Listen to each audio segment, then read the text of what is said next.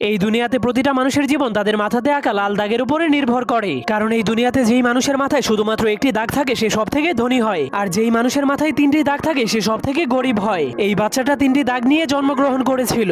এরপর সে ধীরে ধীরে বড় হওয়ার পর সে পায় তাকে শুধু গরিব মানুষের সাথেই থাকতে হয়, আর যাদের মাথায় দুইটি দাগ আছে তাদের গোলামি করতে হয়। এমনকি তাকে দুই দাগওয়ালা মানুষের জন্য সারাদিনই কাজ করতে হয়, যার ফলে দুই দাগওয়ালা মানুষের বাচ্চারা তাকে মারলেও সে কিছুই বলতে পারতো না। এজন্য সে একদিন লুকিয়ে লুকিয়ে তার কপালের একটা দাগকে মুছে ফেলে। এরপর কাউকে কিছু না বলেই লুকিয়ে লুকিয়ে দুই দাগওয়ালা মানুষের রুমের মধ্যে চলে যায়। কিন্তু সে ভিতরে যাওয়ার পর দেখতে পায় সব দুই দাগওয়ালা মানুষের এক দাগওয়ালা মানুষের একদমই চাকরের মতো সেবা করছে, যা দেখার পর সে অনেক অবাক হয়ে যায়। এরপর সে বুদ্ধি খাটিয়ে তার আরেকটা দাগকেও মুছে ফেলে। কিন্তু যখন দুই দাগওয়ালা মানুষেরা দেখতে পায় তার কপালে এক দাগ, তখন তারাও তার সেবা করতে শুরু করে দেয়। তখন সে জীবনের প্রথমবার এত সম্মান পেয়ে অনেক খুশি হয়ে যায়। কিন্তু তখনই হঠাৎ করে উপর থেকে একটা মেশিন চলে আসে। এরপর সকল এক দাগওয়ালা মানুষদেরকে টেনে টেনে উপরে নিয়ে যায়। এরপর সেই মেশিন তাদের মাংসগুলোকে কেটে কেটে তিন দাগওয়ালা মানুষদেরকে খাওয়ার জন্য